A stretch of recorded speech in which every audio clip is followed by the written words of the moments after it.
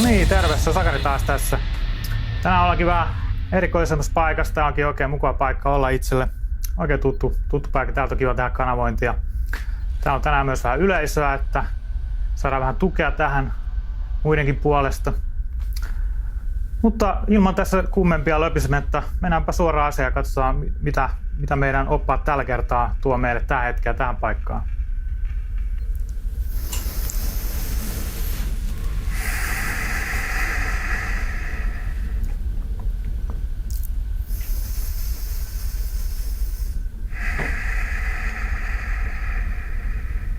Tässä hetken virittäydyn vielä.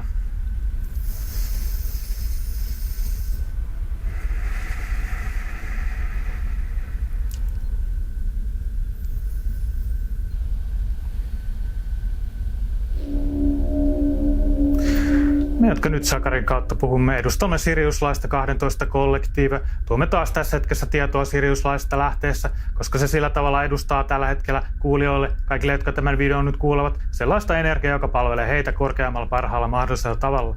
Tässä hetkessä me haluamme puhua hieman siitä, minkälaista energiaa me Siriuslaista edustamme vielä tarkemmin ja minkälaista energiaa tämä Siriuslaisten energia erityisesti täällä Suomen päällä edustaa. Koska hyvin suuri osa niistä valotyöntekijöistä, jotka tekevät työtä maankamaralla täällä Suomessa, edustavat siriuslaista alkulähdettä ja sitä siriuslaista energiaa, jota myös tänne paljon tuodaan tässä hetkessä eritoten. Ja myös niiden lasten kautta, jotka ovat tänne nyt syntymässä, niin moni näistä lapsista, jotka nyt syntyy, ovat jo tietoisena syntyneet siinä tiedossa, että muistavat alkuperäiset täällä. He muistavat sen alkuperäisen, mistä ovat tänne tulleet ja mitä ovat täällä tekemässä. Heillä ei sillä tavalla erityisesti ole sellaista kykyä vielä ilmaista sitä hyvin nuorena, ja moni saattaakin sulkea tuo lahjan siinä vaiheessa, kun saavuttaa noin 7 vuoden iän. Mutta jos heitä kannustetaan, jos heille näistä asioista puhutaan, jos heitä näissä asioissa autetaan menemään eteenpäin sen kanssa, keitä he ovat, ja tuodaan rohkeasti esille sitä tietoa myös, keitä heidän vanhempansa ovat, niin kuin sinä tai sinä, niin silloin he myös pystyvät paremmin toimimaan tämän maan päällä, paremmin tuomaan oman itsensä peliin tässä vaiheessa maan kehityskulkua. Niin, tällä hetkellä maan energia on sellainen, että se tukee hyvin vahvalla tavalla niitä, jotka ovat valinneet tänne tulemaan tekemään muutosta. Tällä hetkellä todellakin tänne sallitaan pääsy vain niille, jotka ovat tämän maan korkeammaksi parhaaksi. Ja nyt tänne tulee sellainen aalto, sellaisia lapsia, joilla on tietoisuus siitä aivan tietoisuuden asettumista sikiöön, aivan siitä asettumishetkestä heillä on tietoisuus siitä, mitä he täällä tekevät. Ja he ovat täällä nyt hyvin suurena massana, suhteellisesti suurena massana tulevina vuosina, tulevina vuosikymmeninä tulevat tekemään sellaisia asioita, mistä monella teistä ei vielä ole mitään tietoa, monella teistä ei ole mitään hajua siitä, mitä tulee tapahtumaan. He tuovat tänne sellaisen energian, joka palvelee sitä korkeinta parasta, mihin maa on nyt menossa. Ja mitä me myös siriuslaisessa kollektiivissa koko ajan olemme tekemässä töitä sen maan kehityskulun korkeammaksi parhaaksi. Niin, haluaisimme hieman vielä tarkemmin kuvata tätä rakennetta, mitä tapahtuu, kun sielu tulee tänne maan päälle. Ja sitä eroa, mitä tapahtuu, kun niin sanottu maasielu syntyy. Ensin haluaisimme tuoda hieman tarkennusta tähän, mitä on niin sanottu maasielu ja mitä on niin sanottu tähtisielu, nämä sanat, jotka olette näille antaneet näille käsitteille, näille energiakonfiguraatioille. Aloitamme tästä maasielusta ja sen rakenteesta. Maasielu on sellainen osanen tätä alkulähdettä, sellainen osanen sitä kaikkeutta, sitä yhtä, mistä kaikki tulee. Maasielu on sellainen, joka on elänyt suurimman osan tai suuren tai kaikki elämänsä maan päällä. Se on kehittynyt aivan yksinkertaisista energiakonfiguraatioista, jotka alkavat siellä niin sanotulla 1D-tasolla ja kehittyvät pitkään siellä, josta ne taas nousevat 2D-tasolle, 3D-tasolle, 4D ja niin edelleen. Nämä maasielut ovat projektoineet itseään siitä hetkestä, kun sielu erottautui itsensä, kun sielu erotti itsensä alkulähteestä, ovat kokeneet elämää pääasiallisesti maan päällä. Niin moni teistä tähtityöntekijöistä, valotyöntekijöistä tulee tänne sellaisen polun takaa, jossa he ovat tehneet töitä useissa eri galakseissa, useissa eri maan kaltaisissa planeetoissa, useissa eri ei-maan kaltaisissa planeetoissa ja tähtijärjestelmissä ja muissa ei-fyysisissä tasoissa, missä niin sanottua tällaista maallista olemisoloa ei ole niin selkeänä kuin niillä, jotka ovat kokeneet elämää maan päällä ainoastaan tai pääasiallisesti. Niin, tarkennamme tätä hieman vielä, tätä eroa. On sellaisia sieluja, jotka suurimman osan elämästään myös ovat kokeneet maan päällä, mutta ovat hetkeksi tällaisen ihmeellisen jakoprosessin kautta pystyneet projektoimaan itsensä korkeammalle kuin mitä he ovat kokeneet maan päällä. He ovat yleensä sellaisia maasieluja, jotka ovat käyneet hyvin kehittynyttä polkua, hyvin pitkää polkua maan päällä, ja sen polun kautta he myös pystyvät saada joiksikin elämiksi yhteyden näihin korkeampiin värähtelöihin. Ja moni heistä on ollut myös silloin paikalla, kun maan energia oli siinä tasossa, mitä te ette ole nyt pitkään aikaa nähnyt vielä, sellaiseksi taas siinä tasossa, jota kutsutaan kultaiseksi ajaksi, johon te olette myös nyt maan olentoina, maan asukkeina taas menossa voimakkaasti. Tämä kehityskulku, jota maa nyt käy, on pitkälti tuota prosessia tuohon kultaiseen aikaan, missä taas maan taajuus nousee sille tasolle, jossa se joskus oli. Niin, nämä asiat menevät sykleittäin. Sykleissä kuljemme jatkuvasti pisteestä A, pisteeseen B, pisteeseen C ja taas pisteeseen A, mutta tietyllä tapaa kuljemme koko ajan kohti erilaista spiraalin keskipistettä, jossa taas pystymme siirtymään tuosta spiraalin keskipisteestä uuteen aikakauteen. Tuomme nyt vielä hieman tarkennusta tuohon, miksi me siriusalaiset eritoten olemme kiinnostuneita maan ihmisistä ja maan elämästä, ja miksi niin moni siriuslainen on tullut tänne maan päälle nyt auttamaan tätä maan kehityskulkua tässä hetkessä, tässä paikassa.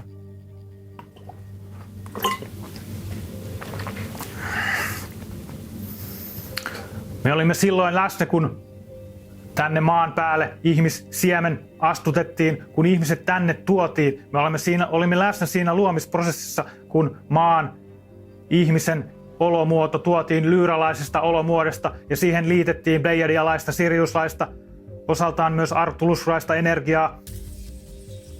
Näistä neljästä pääosin muodostettiin se siemen, josta ihmiskunta nousi. Ja sitten ihmiskunta oli pitkään hyvin tietoinen siitä, minkälainen olento hän on, minkälainen olento on ihminen, ja ihmisellä oli rooli tiedossa maan päällä. Hänellä oli tiedossa se roolinsa, mutta sitten pitkän ajan, noin miljoonien vuosien kuluessa ihmiskunta alkoi tietoisesti unohtaa tuota alkulähdettä, koska tämä on osa sitä prosessia, jossa unohdetaan, jotta voidaan taas muistaa, jotta voidaan luoda uutta siitä unohduksesta ja oppia uudelleen asioita, mutta tämä on tapahtunut hyvin pitkän ajan kanssa maan päällä tällainen unohtaminen, sellainen täydellinen unohtaminen.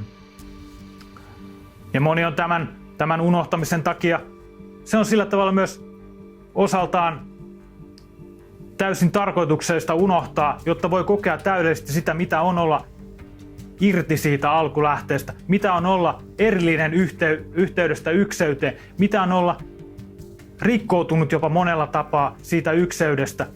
Mutta se, miksi moni tulee tätä kokemaan, miksi moni tulee tätä asiaa tänne purkamaan, eritoten nyt meidän siriuslaisesta näkökulmastamme, meidän siriuslaisesta kollektiivistamme, meidän erilaisista siriuslaisista kollektiivista, on se, koska meitä kiinnostaa teidän ihmiskunnan kehitys. Meitä kiinnostaa se, koska te olette me tietyllä tapaa, te olette meidän esivaihe, me olemme teidän esivaihe, meillä on yhtenäiset intressit, meillä on samanlainen kehokonfiguraatio monelta osin, meillä on monella chakratasolla sellaiset kanavat, joilla pystymme havainnoimaan todellisuutta, todellisuuden eri frekvenssejä, todellisuuden eri olomuotoja. Nämä frekvenssit ja nämä, miten ihminen pystyy niitä saavuttamaan, miten ihminen pystyy niitä ilmaisemaan. Ihmisen keho on rakennettu sillä tavalla hyvin tietoisesti, jotta ihmisellä on potentiaali kehittyä, jos hän vain niin valitsee. Ja monesti se on siitä valinnasta kiinni, koska tietyllä korkealla tasolla teillä kaikilla on vapaa tahto. Tietyllä korkealla tasolla se ei ilmene kovin usein maan päällä, koska se unohtaminen voi olla niin totaalista ja siinä voidaan vaatia niin pitkää polkua, jotta voi muistaa taas tuon alkulähteen yhteyden ja sen, että voi luoda vapaasti. Mutta ne, jotka siihen kykenevät maan päällä, he pystyvät valtaviin asioihin, he pystyvät galaktisiin asioihin, he pystyvät olemaan siltoja maailmojen välillä. Heillä on sellainen kyky, niin moni korkea tähtirotu ei pysty tulemaan näin alas, ei pysty tulemaan näin matalille värähtelytaajuuksille, ei pysty kokemaan sellaista elämää, mitä maan päällä koetaan, koska he ovat jo menneet läpi noiden tasojen. Heillä ei enää ole sellaista tarvetta, heillä ei enää ole sellaista kykyä edes tai fyysistä kehoa. Moni on jo mennyt yli 5D, 6D, 7D, 8D, 9D tasoille, missä he ilmentävät aivan erilaista olomuotoa. Sen takia myös moni valotyöntekijä tulee nyt maan päälle kokemaan maassa elämää, jotta voi taas muistaa ja katsoa asioita sieltä ytimestä, myös sieltä pimeyden ytimestä, mitä siellä on, miten voisin tuoda tätä, integroida tätä korkeammalle tasoille. Ja se, miten lapset ja heidän tulevaisuus liittyy nyt tähän hetkeen, on sellainen, että kannustaisimme kaikkia teitä, jotka tiedostatte oman roolinne, puhumaan näistä asioista myös lapsillenne, koska lapset ovat se tulevaisuus, lapset ovat teidän tulevaisuus. Ja siinä mielessä kannustamme olemaan hyvin totuudellisia, ei peittelemään asioita. Moni lapsi on hyvin tietoinen, moni lapsi jo tiedostaa täysin, mitä sinä puhut, ja voi sanoa jopa sinulle, että älä puhu hölmöjä, tai jotain tällaista, että mitä sinä nyt oikein puhut. Kyllä minä tiedän. Tällaisen asenteen on moni ottanut, ja on hyvä silloin muistaa, että lapsi tiedostaa, vaikka hän ei ymmärrä kieltä vielä ihan sillä rationaalisella tasolla, mutta lapsi tiedostaa sinun energiastasi. Moni lapsi nyt pystyy lukemaan aikuisen vanhempiansa energioita ja näkemään, onko hän totuudellinen, onko hän oikeassa, onko hän tuomassa sitä tietoa, mikä resonoi hänelle. Ja jos siihen alkaa rakentamaan tasoja, mitkä eivät resonoi tämän totuuden kanssa, jos siihen alkaa rakentamaan erilaisia selittelyitä tai sellaisia, että ei uskalla ehkä sanoa asiaa suoraan, silloin nämä lapset voivat hämmentyä ja he alkavat etsiä tietoa muista lähteistä, joten kannustamme kaikkia, erityisesti vanhempia ja tulevia vanhempia tässä hetkessä, puhumaan suoraan, puhumaan totuudellisesti, olemaan totuudellinen siitä, keitä te olette, ja muodostamaan rohkeasti olemaan siitä totuudellisia, keitä te olette ja mitä te täällä edustatte. Tämä aika todellakin tukee nyt sitä, että on rohkea. Ihmiset kaipaavat totuutta, he ovat kyllästyneet valheisiin, ihmiset ovat kyllästyneet siihen maalailuun ja asioiden peittelyyn. Tässä hetkessä moni etsii sitä puhdasta totuutta, moni etsii sitä, joka edes on löytänyt pirstaleen tuosta totuudesta. Moni etsii nyt sitä, että mistä löytäisin tuon, missä se on. Todellakin se on teidän sisällänne kaikilla teillä, mutta moni ei vielä ymmärrä sitä, että se on sisällä, joten he etsivät sitä ulkopuolelta. Varsinkin moni, joka on maan päällä kehittynyt. He ovat nyt maan kansalaiset menossa sillä lailla kovaa vauhtia kohti yli 4D:stä suoraan 5D:n, koska 4D edustaa jo teidän mielenrakenteita. 4D edustaa sitä kykyä visualisoida asioita ulos aikakäsityksestä, visualisoida asioita ulos näkökulmista, visualisoida asioita eri kulmista. Tämä teidän mielenne toimii jo niillä tasoilla, mikä edustaa 4D:tä. Se mielirakenne on paljon laajempi kuin teille on monesti annettu ymmärtää. Se ei käsitä pelkästään tätä fyysistä aivojen rationaalista mielirakennetta, vaan se käsittää sen kaiken, minkä kautta te tuotte itseänne tänne, minkä kautta te luotte asioita. Ihmiskunnalla suurin osa ihmiskunnasta tällä hetkellä on 4D-tasolla, mutta hyvin kovaa vauhtia olette menossa kohti 5D-tasoa kollektiivina. Suhteellisesti kovaa vauhtia, jos verrataan sitä siihen aikaan, miten kauan olette kehittyneet kohti 4D:tä. Mutta tässä hetkessä nyt sitä vielä hieman jarrutellaan sitä kehitystä. Tässä hetkessä voitte tuntea sellaisen tunteen, että asiat ovat pysähtyneet, että asiat eivät oikein etene. Se johtuu siitä, että koska näitä asioita valmistellaan tietoisesti jatkuvasti eteenpäin, me autamme teitä jatkuvasti tietoisesti, me autamme maan energioita tietoisesti ja sillä tavalla me myös rajoitamme tietyllä tavalla sitä energiaa, mikä maan päälle pääsee, jotta ei tapahtuisi liian nopeaa jyrkkää nousua, jyrkkää hyppyä tuntemattomaan, vaan jotta se tapahtuisi sillä tavalla, että päästään tietyn pisteen yli, kiihdytään tiettyyn pisteeseen, saadaan sopiva kulmanopeus ja lennetään siitä yli sopivasti. Ja päästään lentoon sillä tietoisuuden kehittymisellä.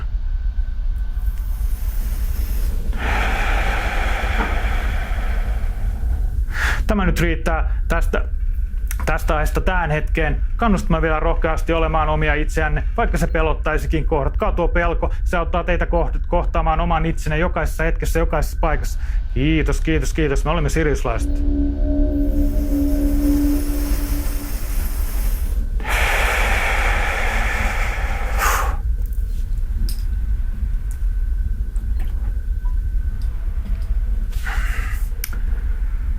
Semmoista tietoa tällä kertaa. Ja niin, kannattaa olla rohkea tässä hetkessä. Se kyllä nyt kannattelee, kun vaan heittää itsensä sinne virtaan. Virta kantaa kyllä. Kaikki ne, jotka nyt tekevät töitä sen eteen, itsensä eteen, sen eteen, jotta voivat tuoda itsensä tänne rohkeasti peliin. Heitä nyt kannatellaan. Minä olen Sakari. Kiitos kun katselit videoni. Terve!